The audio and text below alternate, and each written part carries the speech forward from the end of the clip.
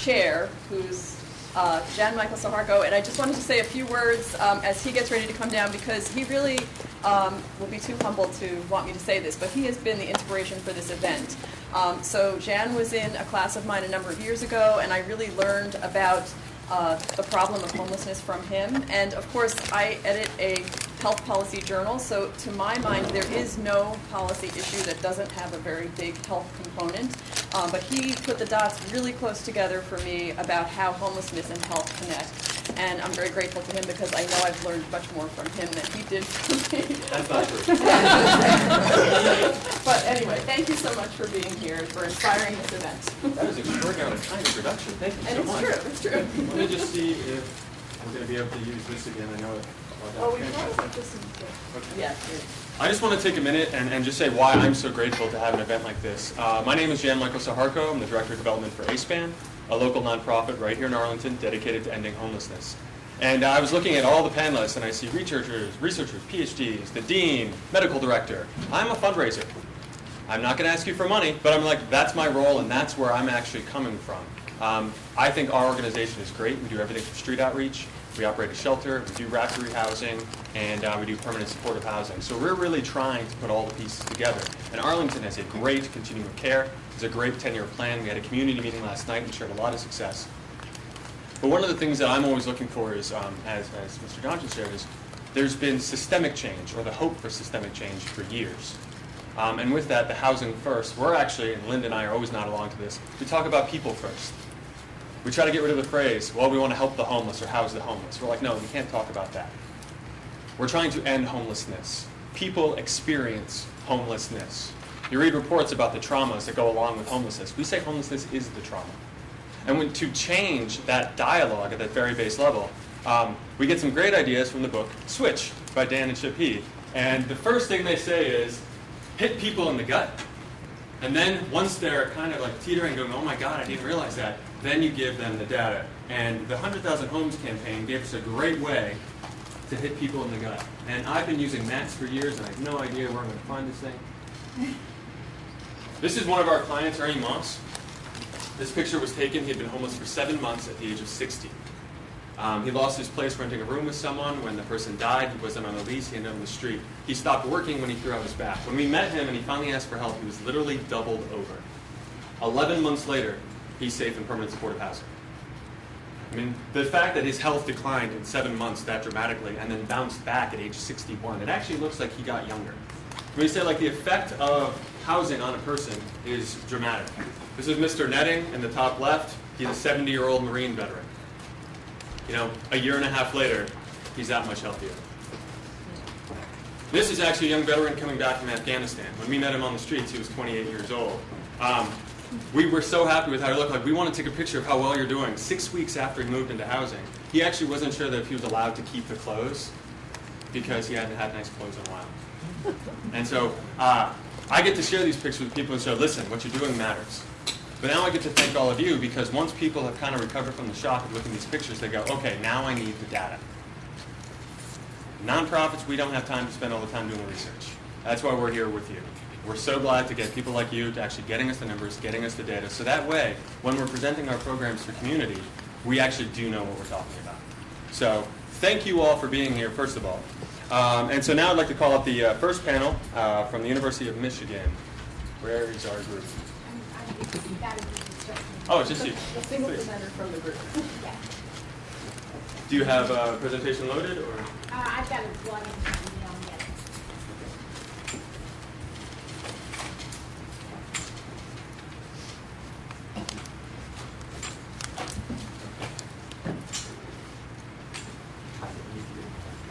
Oh, I just need to be one.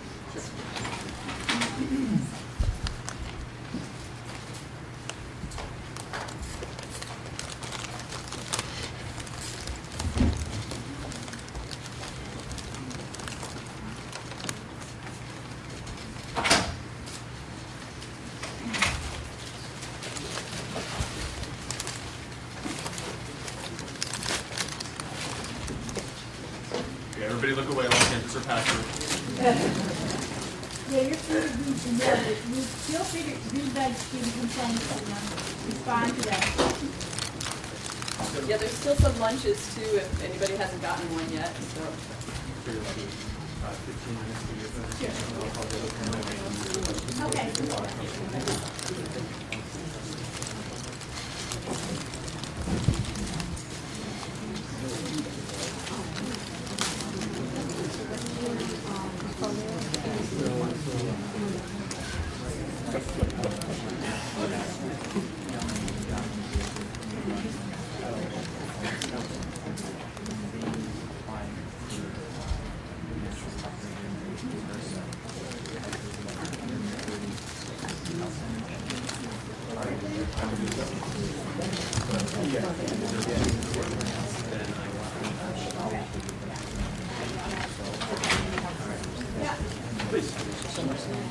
Okay, so actually,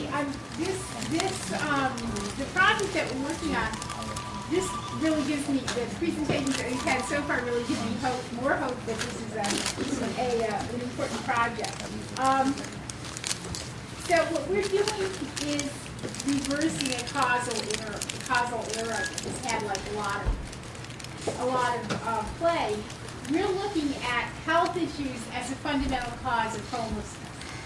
And so looking at the idea that for many homeless individuals, what starts out the process of their sort of becoming homeless is this idea that they don't have a lot of social capital. They don't have a lot of things to help them through a transition period that would be caused by a big break from employment that would be caused by a health issue.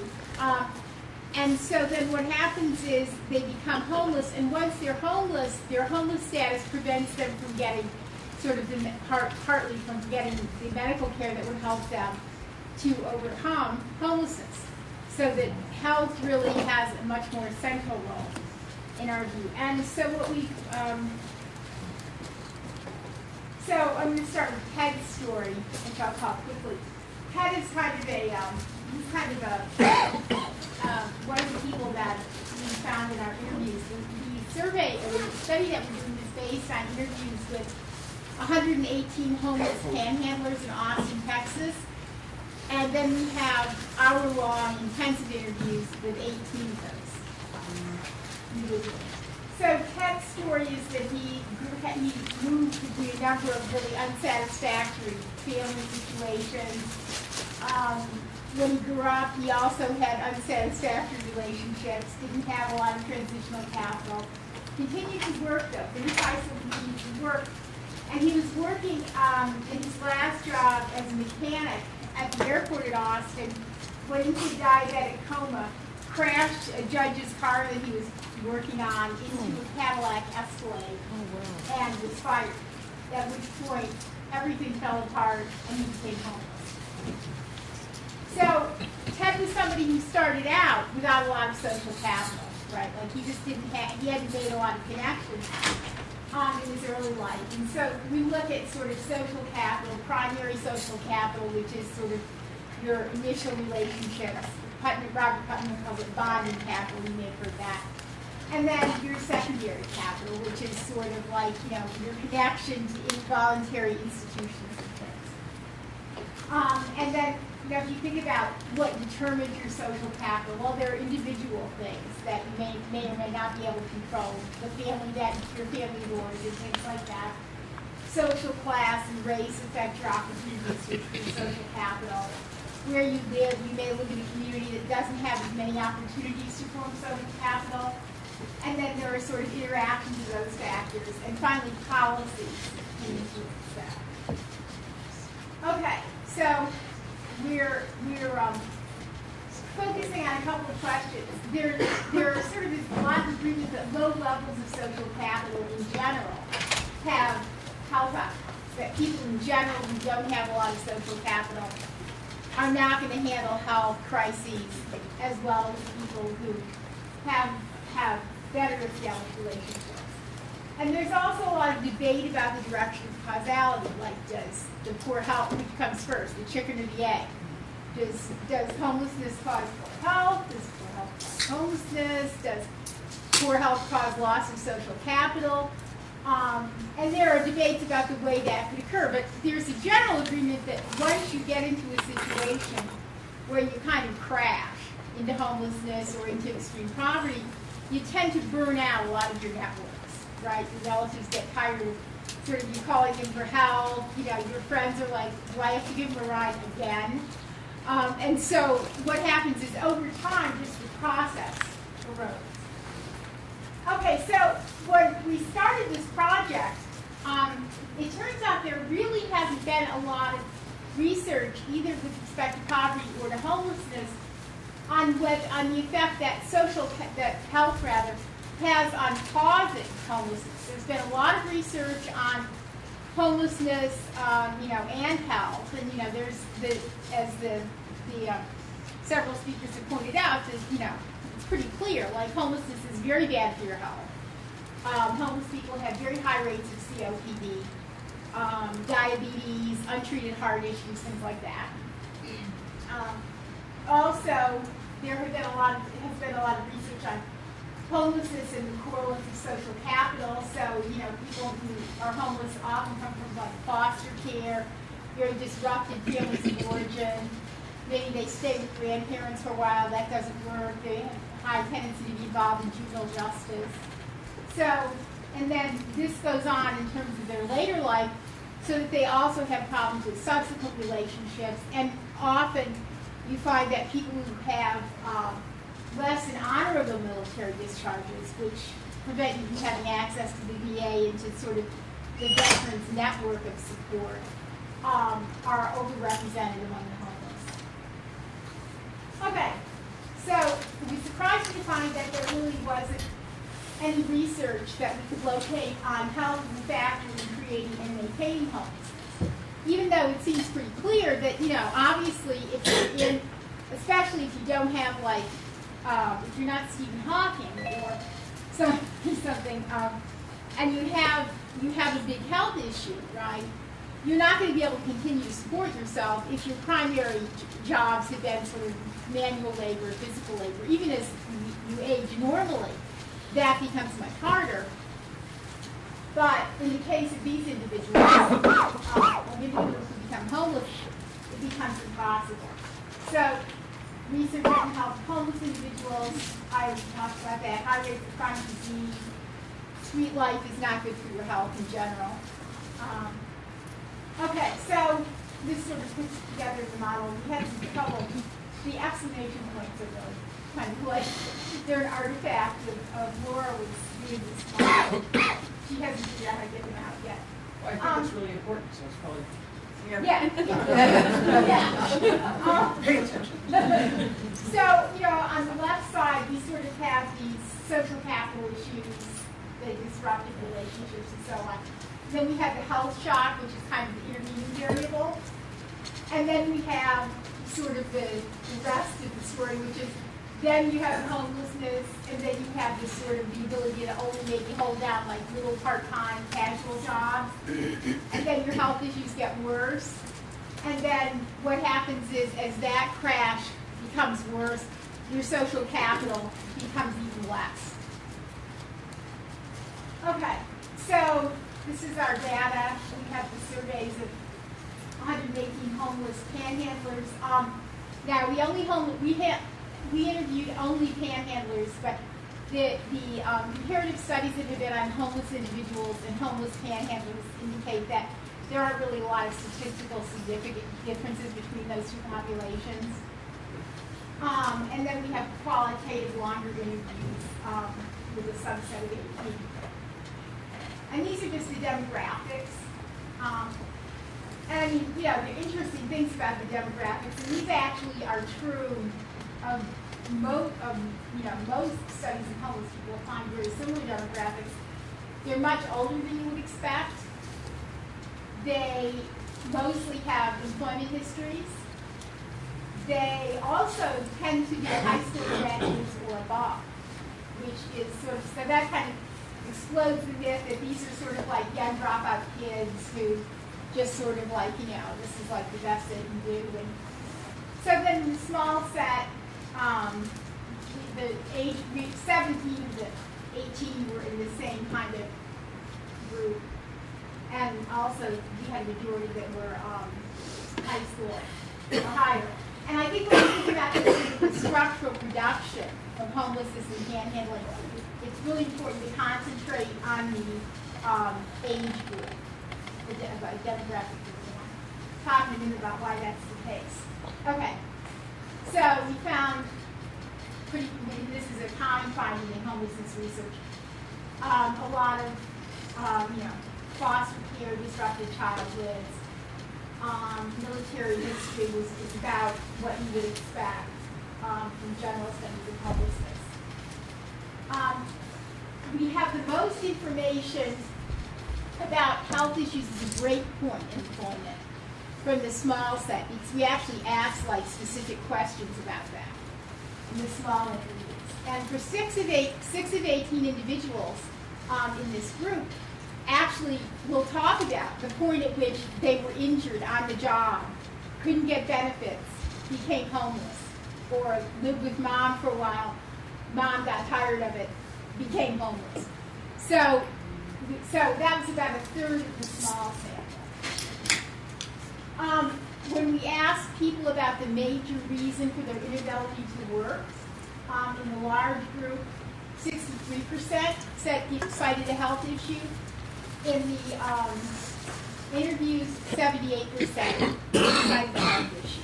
And we did ask about health issues. So when I did this presentation at another group that wasn't familiar with homelessness, their thing was, well, sure, they all said they were sick because they don't want to work. But no. So they actually had health issues. Okay. So the significance is that the combination of health and low social capital exacerbates the effects of these health shocks. So that someone who doesn't have the social capital, particularly if they have a manual labor job, they have this health-related break in employment, that then precipitates the homelessness, that the disparities in health care and access to health care are really a cause rather than simply an outcome of homelessness. It's a cycle. And it connects individual and structural factors in our understanding of homelessness and how it occurs. Okay.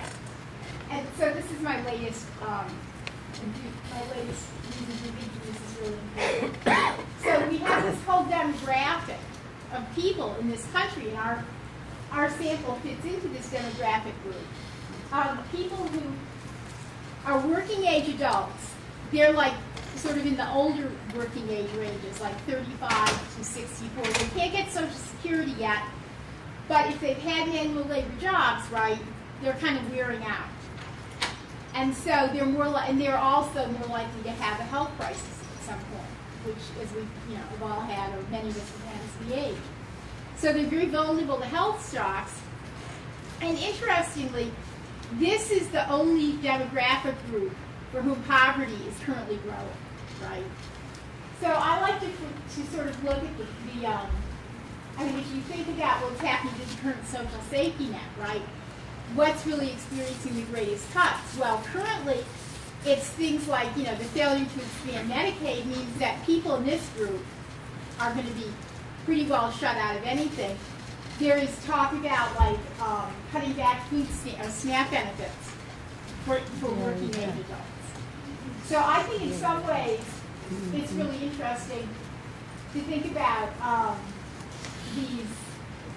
our homeless panhandlers almost as canaries in the sort of coal mine, in the structural coal mine. And with the Affordable Care Act really depends on state action as well, and whether or not these people get served in terms of health care really depends on whether Medicaid is expanded. Because in many cases, they fall into the people who haven't yet become homeless, but are kind of vulnerable in case if they do have a health shock, fall into this demographic where they're going to earn too little for subsidies, but they earn too much for Medicaid because the states that are refusing to expand have very, very low income cutoffs and a lot of them only a couple of assets. Thanks.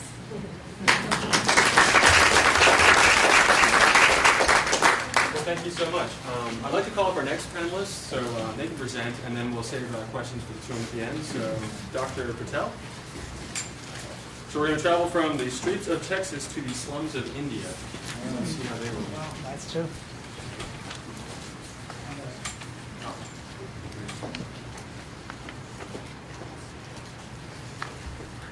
You know, mine worked better on the edge of the screen over there. It wouldn't load when I had it on the screen, on the edge. Oh, Maybe Right there.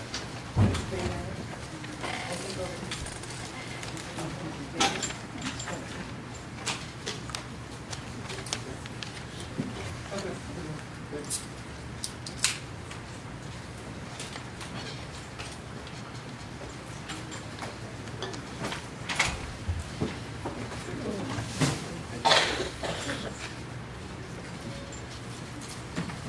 Thank you so much for inviting us to talk about the other side of the globe here. Is a similar issue, and I realized when we heard the keynote today, so many questions that we were talking about are also relevant and similar in the global south. This is the work that Professor Naoru Koizumi here and I are doing together. It's on the intersection of an interest in slums and how do they come about and where and when they form and so on, that we have been working for 4 or 5 years. But then we kind of realized that so what? I mean, does it matter? Living in slum is different in terms of outcomes, right? And in terms of social outcomes, like health and education. So of course we started with the picture, but then went on to what does data talk about, and do we know that there are differences in health outcomes between people who are living in slums and those who live in formal housing. So it's not quite a homelessness issue, but an equivalent of homelessness in Global South is living in a slum, and quite a lot of them are actually living on pavement. They are pavement dwellers, but most of them are also in a house, so they are more stable in familiar structure, and they return to the same place every evening. But in terms of deprivation of housing amenities, they suffer quite a lot of similar aspects. So what we are going to talk about is give you some background on the challenge of slums at the global level, and then talk about how, and this point came out regarding homelessness definition issues, that how do we define homelessness, and a similar question is a burning question when it comes to defining slums as well. So talk a little bit about that and give you some context about India and the study cities that we are focusing on, and then jump on to how the health outcomes differ between slums and non-slums. Yeah? And then we'll open for the discussion. As some of you might know, that there are about 1 million people living in slums today. That's 1 in 3 urban residents, and most of them are in Global South. And if our policies don't succeed by 2030, the estimate is that we'll have 2 billion people living in slums. So this is quite a large issue. It's not as much here. It's mostly in Global South, but it has a lot of health implications as well, and that's what we are realizing as we look at the data. Just to give you some sense of where these 1 billion people live, of course, most populated countries have the largest share, like China and India. But if you focus on some of the African countries, they have almost entire cities living in slums, and this relates to how do you define slums. Whether people in Ethiopia would think that they live in slums, we don't know. But this is coming from the UN Habitat report that applies a universal definition to all the countries, and that shows up in enumeration, because as Mr. Johnson said, that 600,000 homeless people could be 2 million people if you define them differently. And so Census of India, for example, says there are only 40 million people, whereas UN Habitat says for the same country 155. That's about 3 times more. So we don't really know what the size of the problem is, and quite a lot has to do with how we enumerate, and we have quite a good methodology here. One night enumeration is not the same in resource-poor countries. So there are a lot of issues when it comes to empirical problem size stuff. So here is the definition that UN Habitat used, and I like this definition because it focuses on the deprivation. So if a household lacks any one of these elements, that is durable housing or not sufficient living space, which is defined as more than 3 people in a room, or they don't have access to safe water or access to adequate sanitation, or they are facing threat of eviction, then it is defined as a slum. And this is UN Habitat's definition. Now, where is this difference coming from? And we compare Census of India's definition, and as you could see that this is quite an archaic definition that they listed some slums in 1976 or so through some act and said these are the slums, and there's no deregistration, there's no upgrade to telling that this is not a slum and so on. So you see some data discrepancies because of the issues with definition. And they don't focus on clusters that are smaller than 300 population. So all the small clusters that are not counted. If a household lives alone without any neighbors, it's not a slum, but the household might be deprived of basic amenities, and to UN Habitat, that would be even a single household would be a slum. So coming to the data that we use, it's the USAID funds survey called MASER DHS, which is a demographic and health survey, and it's conducted in over 90 plus countries now. And we use one of those data sets from the last round in India, was conducted in 2005 and 6. And this is the first time they covered slums and non-slums separately. They sampled slums and non-slums separately in 8 cities. In 2 of the cities, they collected additional information on those 5 parameters that we talked about in the UN Habitat definition. So we're going to use those data to compare how slums and non-slums do in terms of some of the health outcomes, and we would focus on reproductive health behavior and tuberculosis, which are 2 of the major health problems in the global south, in the developing countries. So to give you some overview, in the country, 8 cities are all, from all over the country. 4 of them you might recognize: Delhi, Mumbai, Kolkata, and Chennai are the large mega cities, and the rest 4 are second tier from the Indian standards. But we are talking about 5 million population for those 4 cities.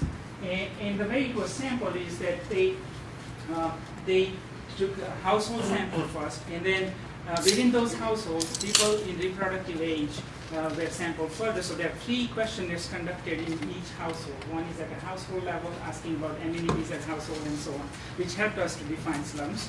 And then there are questionnaires about individuals in reproductive age, men and women asked questions separately. Right? So that's the data looks like. And then we use, but as you can see, UN Habitat definition is not that clear on some of the aspects, like what is considered access to safe water. So if I walk a mile and get safe water, is that an access? Is that a good access? And so there is some subjectivity here. So we relied on something called improved and unimproved water and sanitation, that guidelines that WHO developed in 2006 and is being followed in most questionnaire surveys now, that if you have, for example, piped water at dwelling, that's improved versus unprotected dug well and so on. So they kind of went on to the source, and so now the questions ask about the source of water and then define whether they have access to water or not. So we used this and then say that on all those 5 parameters, a household gets a score of 1 or 0, whether they have it or not. And if they lack any of those 5, then we declare them as a slum household in our assessment. And this would come later as we compare how census slums versus this objectively defined, or rather more measurable deprivation-based definition would call someone as a slum dweller or not. So just to give you some sense of the difference between these definition issue, we would say that the estimates are too off. The census would say in Kolkata there are 1.5 million people living in slums. if you apply the deprivation criteria, you would see that about 3 million people are deprived of one of those 5 elements, right? So there are huge differences in terms of the slum estimates. If we look at the classification, what happens is that what census calls as a non-slum would actually fall, 56% of the people would fall under slum category. So because census does not account for deprivation. So we go by more deprivation approach. And let me now take you to the health outcomes differences between the slums and non-slums. And we conducted simple hypothesis tests about whether there is any difference between slum dwellers and non-slum dwellers. And this is number of children ever born coming from the women's questionnaire.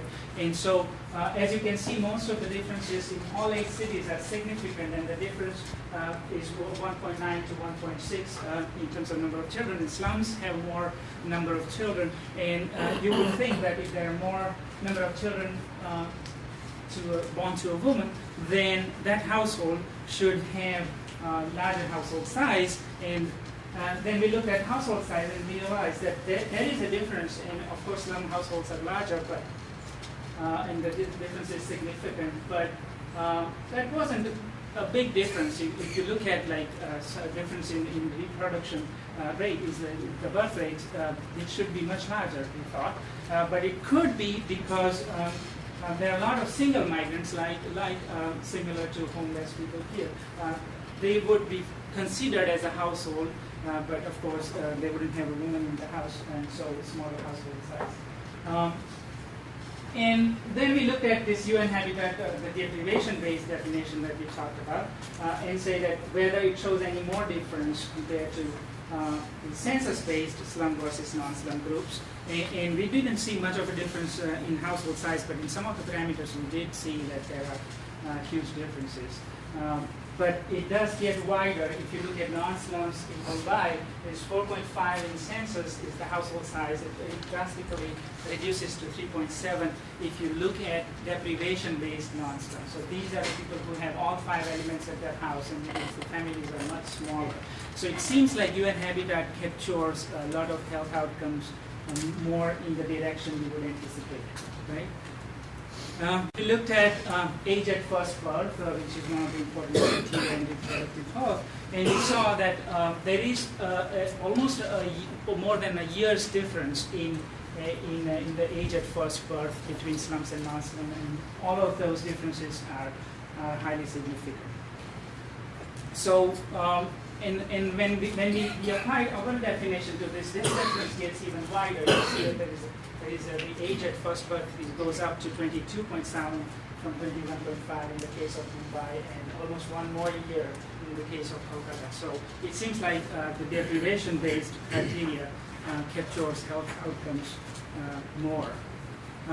Then we looked at some of the reproductive behavior, and one of that was contraceptive use in women and men. And of course, again here too, slums show that lower use of contraceptives among women as well as in men. So there is clear difference in terms of reproductive health behavior in slums and non-slums.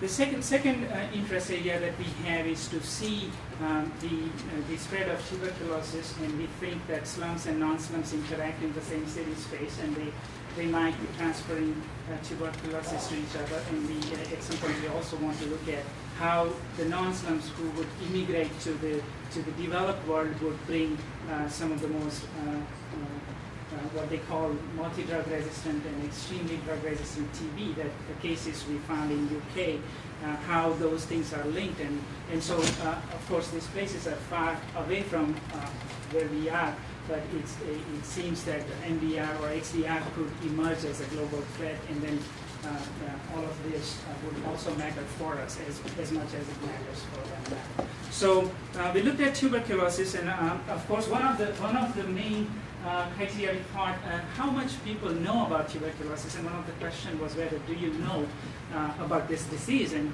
as you can see, 7% of people living in slums don't even know what tuberculosis is. So if they had coughing, they wouldn't even seek health care, and that's dangerous because you could have multi-drug resistant strains developing from that. And so we looked at awareness issue, and it's clear that non-slums have higher awareness compared to slums. And then we looked at whether each household has an active TB case or not, and of course the incidence rate is much higher in slums compared to non-slums and all of them. And quite a lot of them are significant, but we were surprised that a lot of cities don't show the significance, so we looked at our criteria, and that's where we thought that the deprivation-based criteria are more useful to establish some kind of causal mechanism here. We don't do it here at this point, but we think that overcrowding is related to tuberculosis spread. If you are in a congested area, it's more likely that you will get the disease. And so we looked at overcrowding criteria as a defining criteria for slums. And as you can see that all of a sudden Mumbai and Kolkata both not showing significant relationship are not showing significant relationship. And the number is much larger. 2.6% people have an active TB case if you go by overcrowding as a defining criteria for slums. So a household who is overcrowded has more TB prevalence compared to those who are not in an overcrowded situation. So like more legal definitions of that census follows doesn't have much of a real meaning when it comes to program designs and policy implications, and so we think that deprivation is the real criteria that we should be using.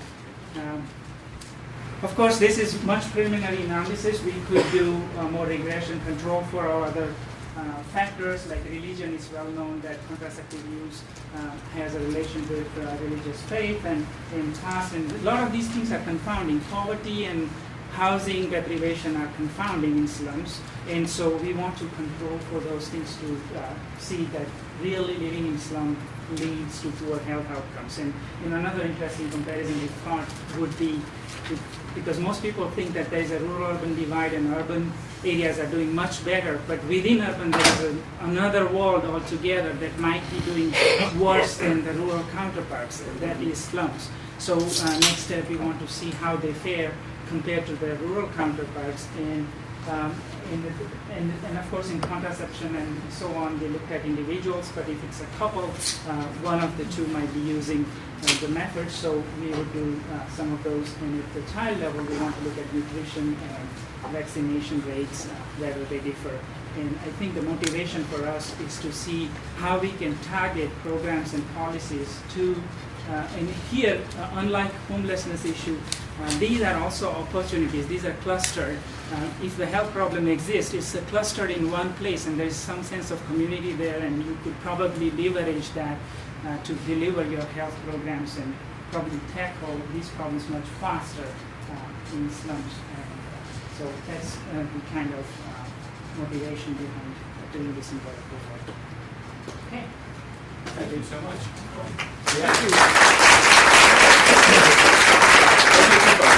We've got about 5 minutes if you'd like to come again. If anybody has any questions for the two presenters. Yes, please. Looking at household size, for women who have given birth, which is specified by the size of the household, are you looking at such factors as childhood mortality? No, this is birth given ever, all the births ever given. If you look at infant mortality, I mean that's our next interest, is to see whether there is any difference in infant mortality rates in slums and non-slums, and we suspect there would be higher mortality and hence more births. So, yeah, that's a good point.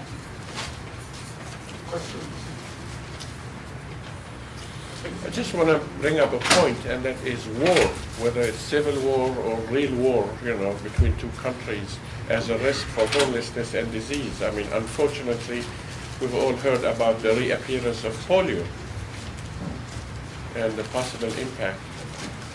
Yeah. Did you do any work, either one of you, on war and impact of war on homelessness? We haven't, no. We haven't done anything, but we know that slums form as a result of wars. Also, refugees form a camp that eventually becomes permanent, and health issues like UN Habitat for Refugee camps usually end up being sites for health issues. So, but we haven't systematically. One thing I want to ask actually about the study in Texas. I know we talked a lot about definitions, and just the number that jumped out at me from the India study is 12.8 million Americans living in slums. To change the definition, and suddenly there are a lot more homeless people in the United States. But one of the things that we have with practitioners is identification. So when you were interviewing people on the streets, Yeah. I mean, panhandlers, how many self-identify as homeless? Or was that an issue? Everyone self-identified as homeless. Well, no, that's not true. One woman was not currently, thought that she was not currently homeless because she was sleeping with some guy and he was ready to stay there. But prior to that, she hadn't, had a home for, of her own for, probably 5 years. So, and had no income.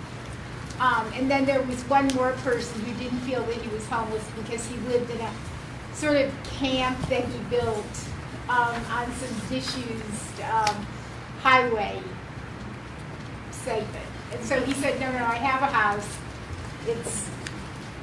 But I think the definition really is important. I mean, when I was reading this thing, before I went back to graduate school, I was a housing advocate who worked with homeless people in western Pennsylvania, in a very rural area. And reading the definition of slum, I mean, I had a significant number of clients whose housing that would have met the requirements for a slum, but who, wouldn't be homeless because they had sort of the shell of by federal definitions, they weren't homeless because they had the shell of a trailer that had almost no interior characteristics to live in. So, yeah. Please, probably the last. Question for the first panelist. Did you distinguish in your questions between mental health and physical health issues? Okay, so we're only concerned here with physical health. If you added in mental health, it would be sort of a whole, I think it would be a different, and we're planning on looking at that. But here we were specifically interested in physical health. Because if you look at life expectancy for people with serious mental illness, whether they're homeless or not, it's way below, somewhere in the 50s already. Yeah, I think one of the things that we're trying to do is, because there's such a perception that that people who are sort of homeless on the street as individuals, there's such an over I think emphasis on their mental health difficulties. Not that that's not important. But we feel that the physical health problems tend to get overlooked. So we sort of wanted to say, okay, look, control all else aside, that physical health is a real problem. Well, in the interest of time, when we have our coffee break, please ask our presenters any other questions you have. But thank you again.